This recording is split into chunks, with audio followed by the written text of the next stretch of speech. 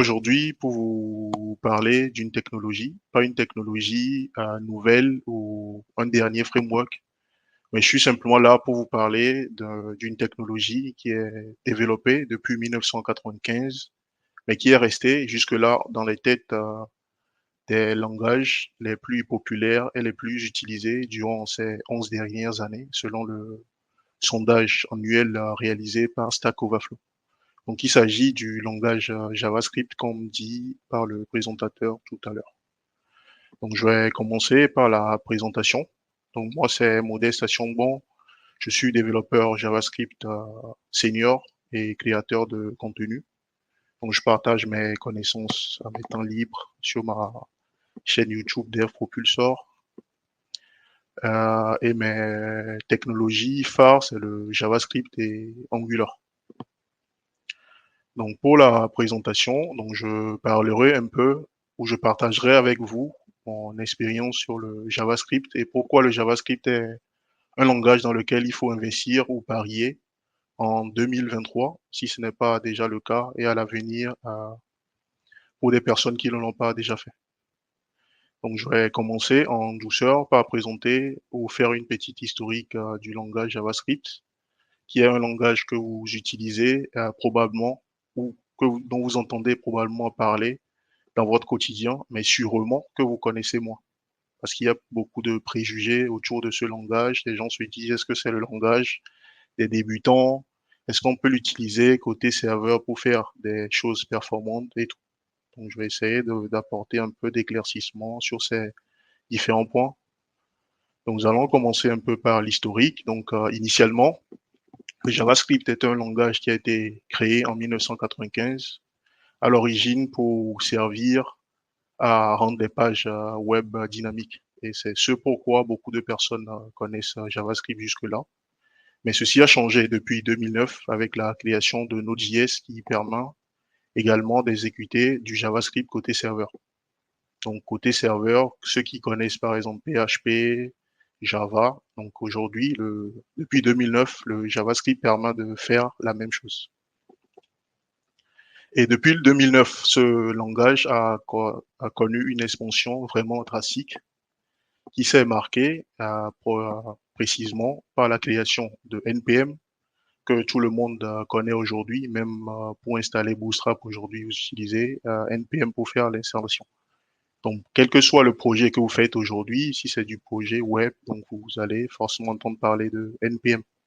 Donc, NPM, l'avantage de NPM ou ce que NPM a apporté, c'est qu'il permet de distribuer facilement du code sous forme de module.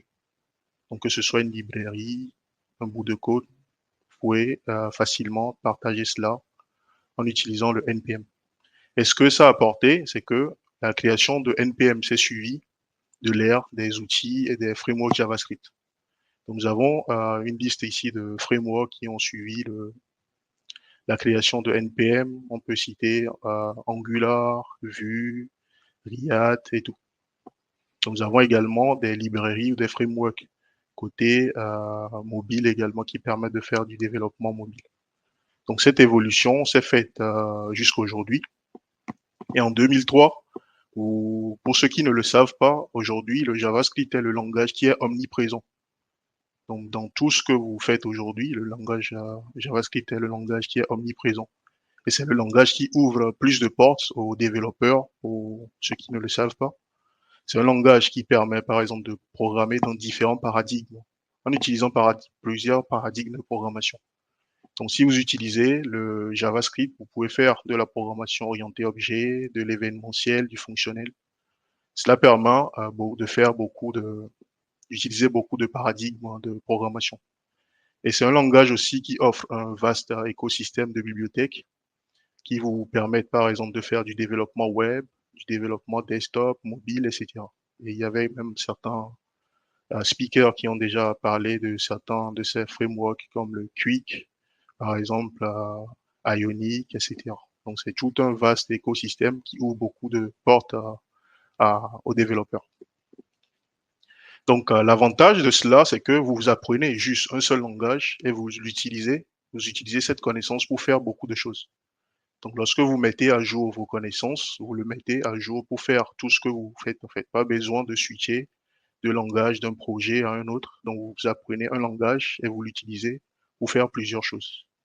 Mais je sais, les plus philosophes d'entre vous me diront que je suis développeur JavaScript, donc du coup, ils me sentiront peut-être cette citation de Abraham Maslow qui dit que si le seul outil que vous avez est un marteau, vous verrez tout problème en mettant un clou.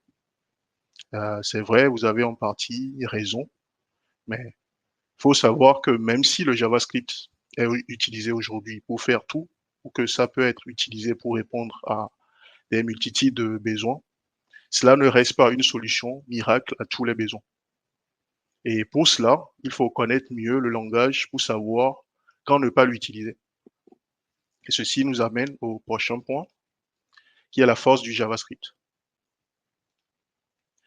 Donc, pour comprendre la force du JavaScript, cela requiert de connaître, d'avoir d'autres connaissances, à savoir la différence entre ce qu'on appelle les CPU bound tasks et les IO bound tasks. Donc, en informatique, de façon générale, lorsque nous prenons les tâches, on peut les regrouper en deux grands groupes.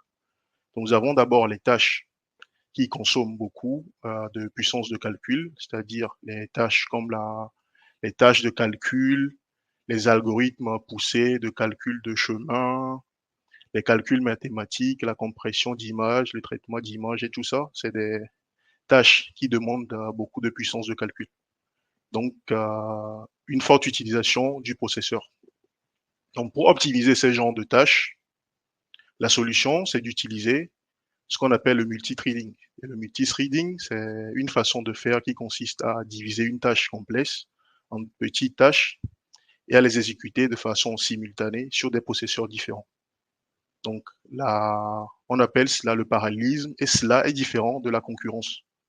Donc il faut faire attention à ces deux mots parce que c'est quelque chose qui trompe beaucoup de personnes dans les raisonnements et des fois on utilise le parallélisme à la place de la concurrence alors que ça n'a rien à voir. Donc lorsqu'on parle de parallélisme, c'est qu'on commence à avoir plusieurs processeurs et ces processeurs exécutent différemment des tâches, mais de façon simultanée en même temps. Donc l'implication de cela, c'est que si j'ai une machine ou un serveur et que j'ai une tâche qui demande une complexité, une forte puissance de calcul, si j'ai un serveur qui a deux processeurs, donc du coup, je vais exécuter, ce serveur me permettra d'exécuter rapidement ces tâches en le divisant en des sous-tâches et en l'exécutant sur des processeurs différents. Donc plus j'ai une tâche CPU bande à exécuter, et si plus j'ai de processeurs, cela passera rapidement. Donc c'est le cas de ce qu'on appelle le multithreading. Et c'est la force, par exemple, du Java. Le Java est multithread. Donc d'un côté, nous avons également des tâches, des types de tâches qu'on appelle des IO bound tasks, qui sont des tâches qui se résument essentiellement à la lecture sur des ressources certaines, comme des bases de données, les disques durs, les périphéries, réseaux, etc. Et pour optimiser ces genres de tâches, on n'a pas besoin d'avoir plusieurs processeurs. Donc l'optimisation de ces tâches passe simplement par l'utilisation de mécanismes asynchrones non bloquants, donc différents des CPU bantasques. Donc si vous avez des tâches qui sont juste, vous avez des applications qui font juste des opérations d'entrée-sortie, même si vous utilisez une machine qui a 10 cœurs, 20 cœurs, vous ne bénéficiez pas en réalité de la puissance de la machine, en fait. Donc, il faut faire la différence entre les choses. La puissance de calcul, c'est pour les CPU bantasques. Alors que pour les IO bantasques, c'est des tâches où on passe du temps à attendre la disponibilité d'une ressource pour pouvoir écrire ou lire une donnée. Donc, si nous revenons au JavaScript par rapport à tout ce que je viens de dire, par définition, et si vous devez savoir une chose sur le JavaScript, ça doit se résumer à cette phrase. C'est que le langage JavaScript, c'est un langage monotride qui est conçu autour d'un modèle asynchrone non bloquant. Donc, un langage conçu autour d'un modèle asynchrone non bloquant.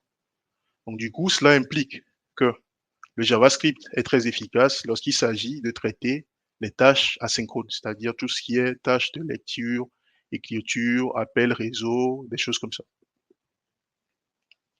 Et ceci nous amène au prochain point, Si nous prenons un petit recul et que nous analysons en tant que développeurs tout ce que nous faisons aujourd'hui sur le web ou de façon générale, vous allez remarquer que la majorité des applications que nous développons aujourd'hui se résument, pour la plupart, à écrire dans une base de données, à lire dans une base de données, à faire un appel réseau vers un microservice, à attendre le résultat pour pouvoir effectuer une tâche donnée.